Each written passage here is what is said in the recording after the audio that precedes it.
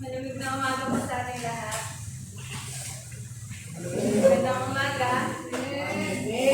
Pinanda po natin yung masarili natin sa pakikinig ng salita ng Diyos. Hallelujah. Ngayon po kung may tatanungin po kayo kay Jesus kung siya po ay nabubuhay pa. If Jesus is still alive today, what question or one question do you like to ask Jesus? Ano ba yung mga tanong na maaari natin tanongin si Jesus kung siya pa ay buhay pa? Ngayon po tayo, kung ako po ay tatanungin, kasi pangarap ko po nung bata pa ako, makalipad ako. Makalakad sa tubig. Naisip natin kung possible ba na makalakad tayo sa tubig. Kaya kung nagawin natin illustration si Apostle Peter. Nagtanong siya kay Jesus, Lord, how should we pray? Sabi niya, paano manalangin? Kasi eto si Peter, siya yung naka-witness na nakalakad siya sa tubig. Maraming miracles, nakapagpagaling siya, si Jesus, nakapagpagaling siya ng may sakit, nakapagbuhay siya ng mga patay. Pero ito yung hinili niya, Panginoon, paano po ba manalangin? So, prayer is more important. Paano ba? Ano ba yung panalangin? Kasi sinasabi ng ating Panginoon sa Kristo. Sinabi natin ba sa James 4:8, come near to God and God will near to you. Sabi, come near to God and He will come near to you. Sinabi na pang lumapit tayo sa Kanya. Kailangan natin lumapit sa ating Panginoon. As it is required, the good communication ourselves to God. Ito po yung nire-represent dito. Pero ano ba yung relasyon natin sa Panginoon? Ito yung tanong natin. How was your relationship with God really? Ano nga ba talaga? Ito ang relasyon natin sa Panginoon.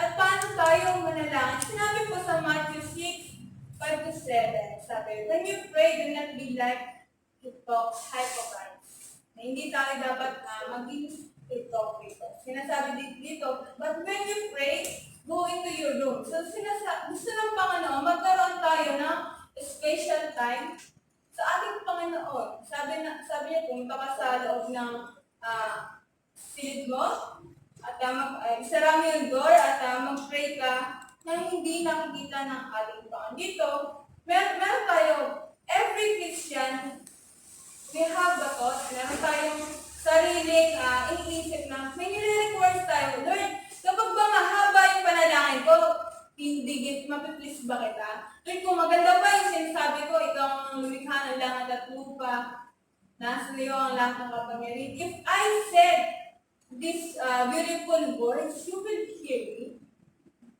Ngayon po, pag-aaralan natin, ito, don't show off Matthew 6:5-7.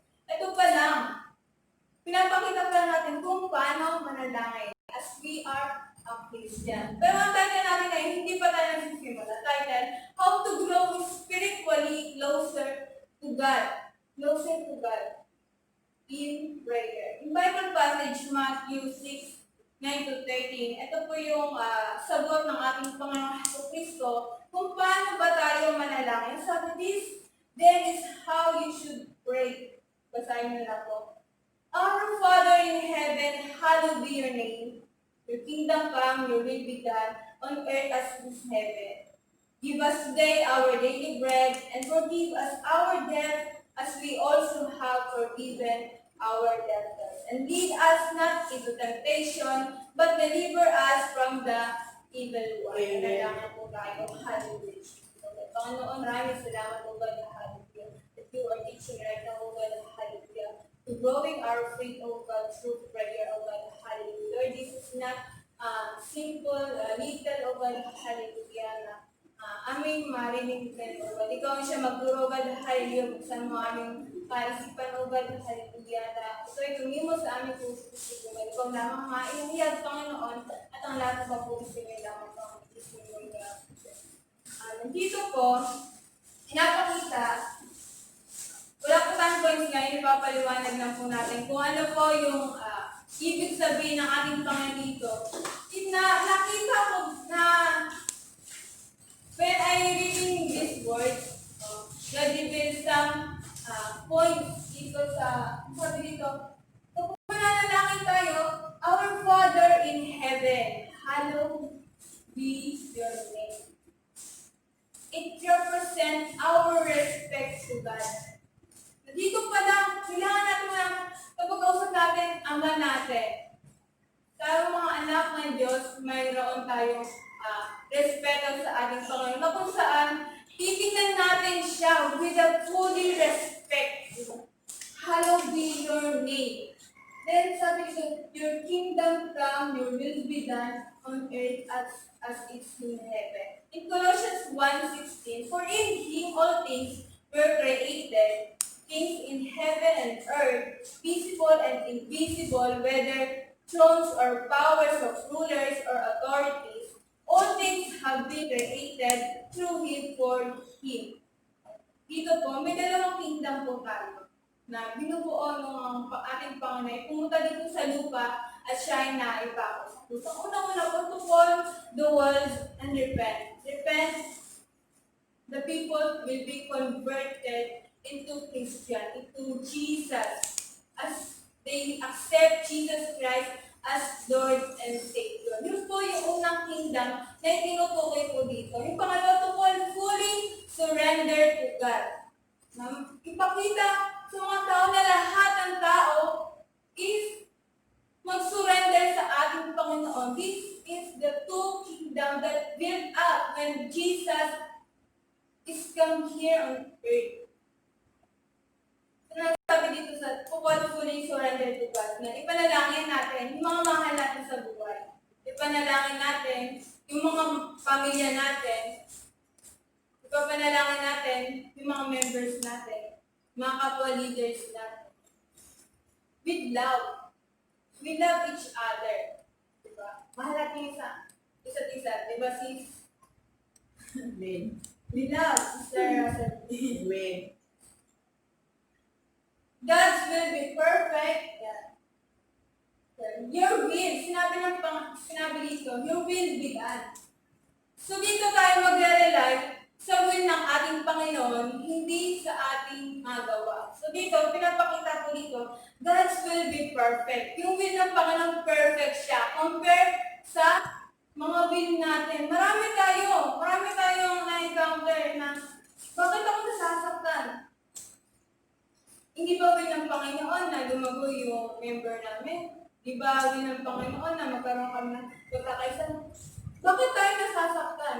Ito sinabi ng Panginoon, kaya tayo nasasaktan, ginagawa natin yung hindi will ng ating Panginoon. So, ito tinuturuan tayo na tayo ay magbigay, na tayo magpasako sa Panginoon, to cooperate with God, what His will, because the will of the Lord is perfect. There's perfect time. To realize, para ma-realize na tayo kung bakit tayo nagkakamali. So, kailangan natin mag-pray na, Lord, your will be done. Please, Lord, ito yung will mo. Ito yung will mo, hindi yung will ko. Lord, direct me what is your will. Ito po yung tinuturo ng Panginoon na kapag tayo ay mananalangin, is ituon natin yung will natin sa ating Panginoon, hindi po sa ating mga sarili. Do not rely on ourselves, rely on what God is speaking to us, what God is directing to us, and where God is guiding us on what direction or decision. Mapapa-English, yan po ang habang ng Panginoon. Mapapa-English ka. Amen. Diba? And sinasabi nito, kapag tayo ay mag-aas tayo sa ating Panginoon, alam na niya. Alam na niya kung ano yung hihingin natin. Whatever we need, God knows already. Lagi natin tatandaan na hindi pa tayo lumalapit sa Panginoon. Alam niya. So that we need to say that your will be done. Ito yung sinasabi ng Panginoon. There is a format. Kung bakit niya binanggit ko? Akala ko, dahil nakasulat siya sa Bible, ito na yung ipapanalangin natin so that sa mga Catholic Church, kaya yung mga panalangin nila, inulit-ulit nila. Kasi nga, ito daw yung nakasabi sa Bible. Pero hindi nila nakita, and in behind this prayer, God has a message for us. And how we pray pray, there is a humbleness na titingnan natin ang ating Panginoon. Siya lang lahat na nakakalam. At God created the world. Napakita ko yun. Masyado bang malalim?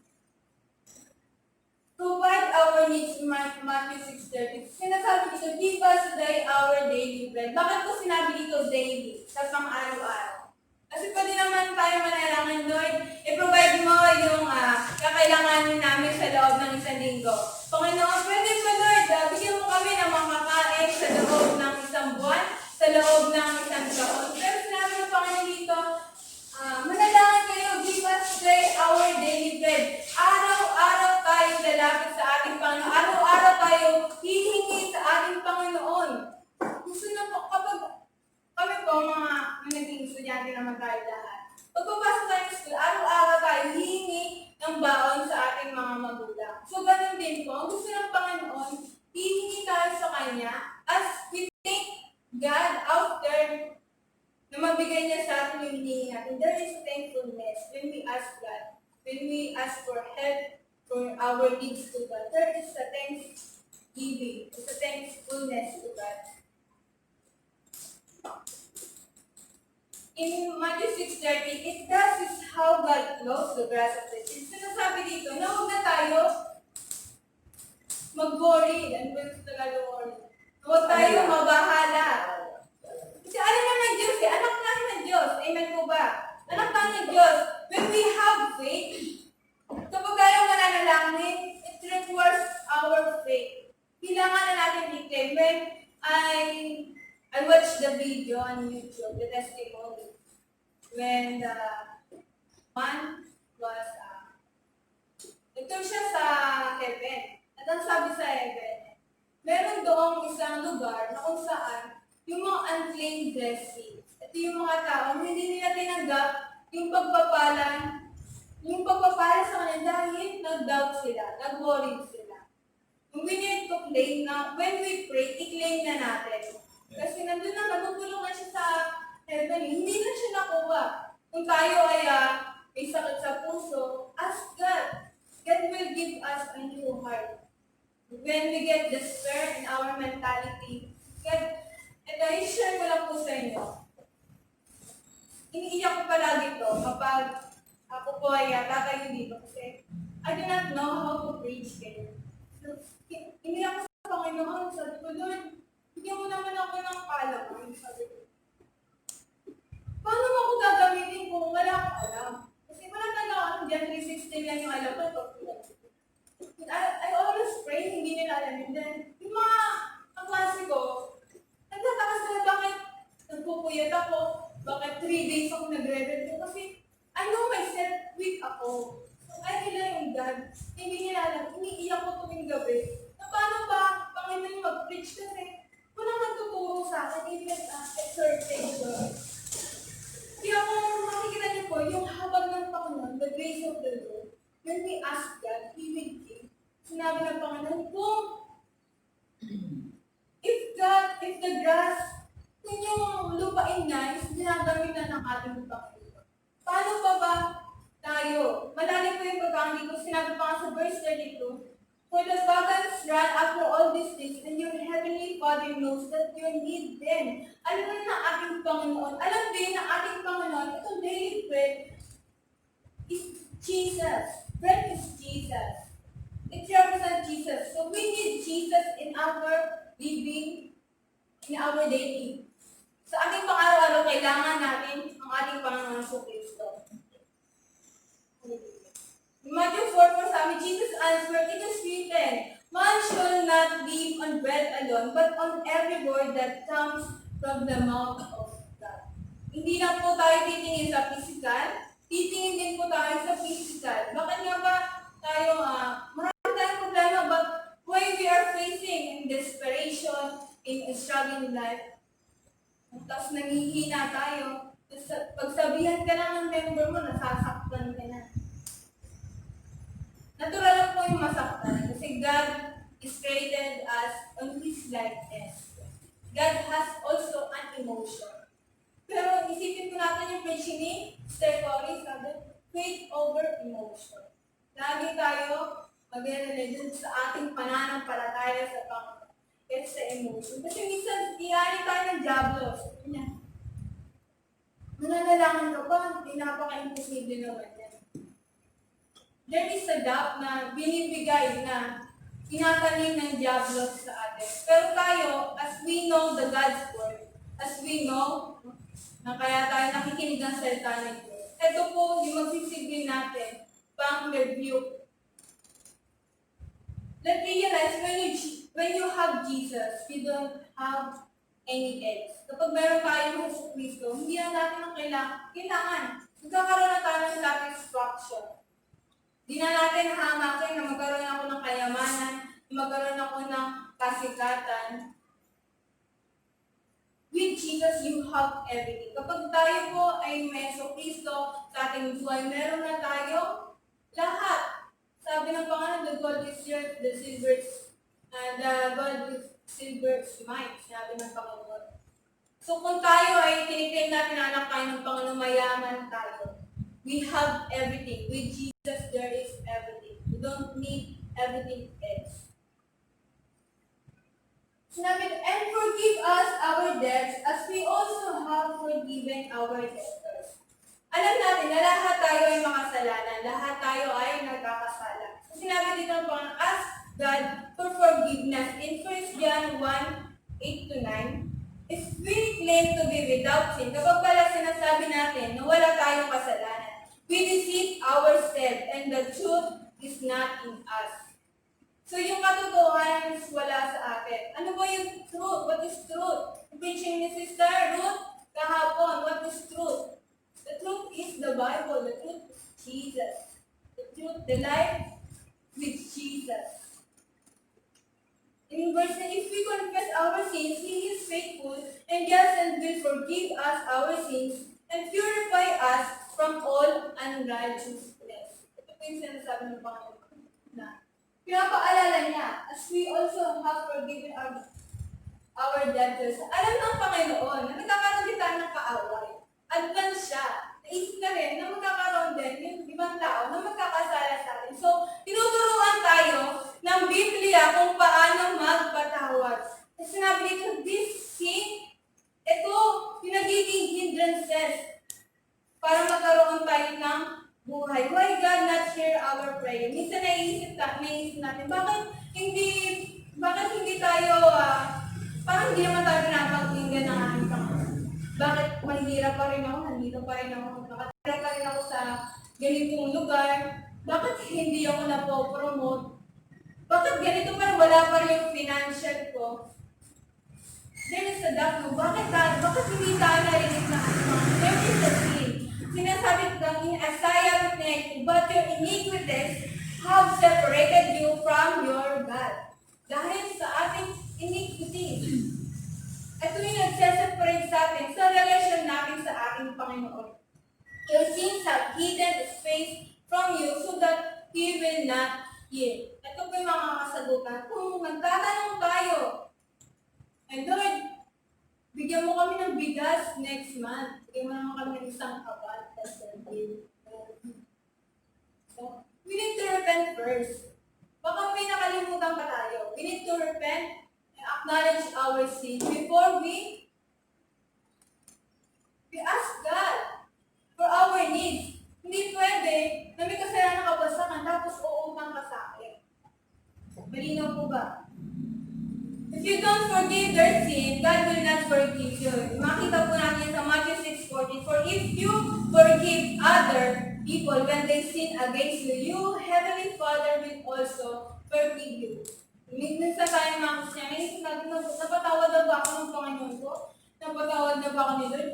Saved na ba ako? Kasi, feeling ko hindi pa. When we commit sin, kapag tayo po ay nagkakaroon ng pagkakasala, ito po ay nararamdaman ng ating espiritu. There is conviction. Yun po, ang sinasabi po ng Biblia na kailangan natin patawarin din yung mga taong nagkasala sa atin. Isa na, sabi ko, masyado na, kasi tuwing linggo na lang may darating. Laging may taong mananakit sa puso ko. Sabi ko, Lord, hanggang kailan itong hindi pa nga heal yung puso ko dun sa isa, may dumating pa kagabi. Sabi ko, Lord, paano to? Kasi, as you use me, Lord, paano ako magsasalita ng yung banal na salita? Kung etong puso ko, is takot na magpatawad. Sabi ko, Panginoon, please forgive them. Hindi nila alam yung ginagawa nila. As Jesus, na sinasabi niya, no? Pinako siya sa puso. Alam niyo po ba yun? Panginoon, patawarin mo sila at hindi nila alam ang kanyang ginagawa.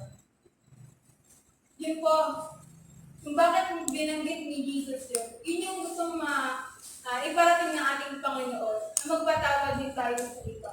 Sabi sa, and lead us not into temptation, but deliver us from the evil one. We, Christian, nandito pa rin tayo sa spiritual battle. Nandito pa rin tayo sa laban.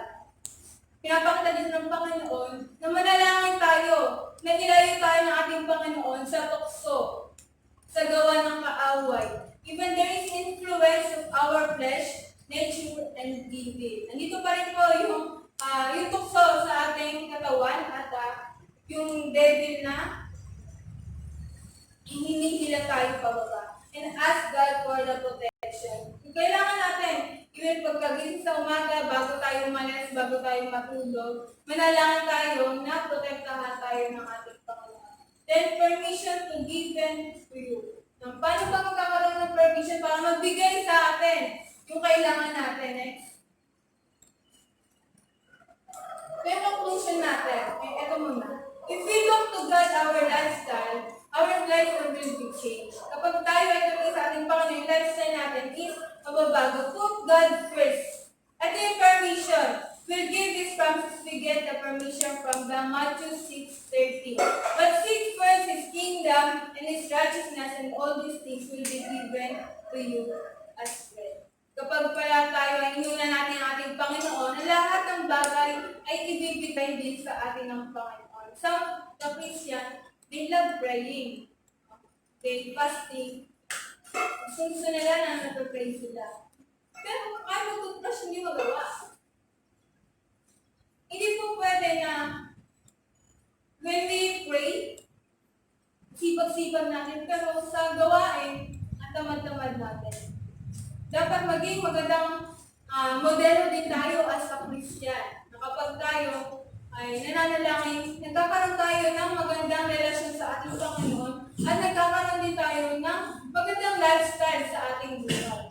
Pero sinabi ng Panginoon, let's pray agad. Ask na, pabalik po din. Keep on asking, and you will receive what you ask for. Keep on seeking, and you will find. Keep on knocking, and the door will be open to you. Kailangan po natin pumatok sa ating Panginoon para tayo ay pagbuksan. Kailangan natin manalangin para tayo ay pagbigyan. Kailangan natin sabi sa ESV Bible, seek and keep on seeking. Knock and keep on knocking. Katok lang tayo ng katok sa ating Panginoon. Mabilis lang po tayo. Nanalangan po tayo lahat. Hallelujah. Panginoon, maraming salamat, O God, of Hallelujah. We studying, O God, of Hallelujah. The prayer that you are given to us and how we pray, how we should to pray, O God, hallelujah, to honor you, O God, to respect you, O God, hallelujah, to protect us, O God, to give, O God, hallelujah, our daily bread, O God, that you, Jesus, we need in every life, O God, hallelujah. Maraming salamat po, Diyos, O God, hallelujah. Turuan mo rin kami, magpatawad, O God, hallelujah, sa mga tao na nakos sa amin, O God, hallelujah. At ikaw din naman, Panginoon, siya maranasan namin, O God, sa aming mga buhay. Maraming salamat, O God, hallelujah, Jesus, O God.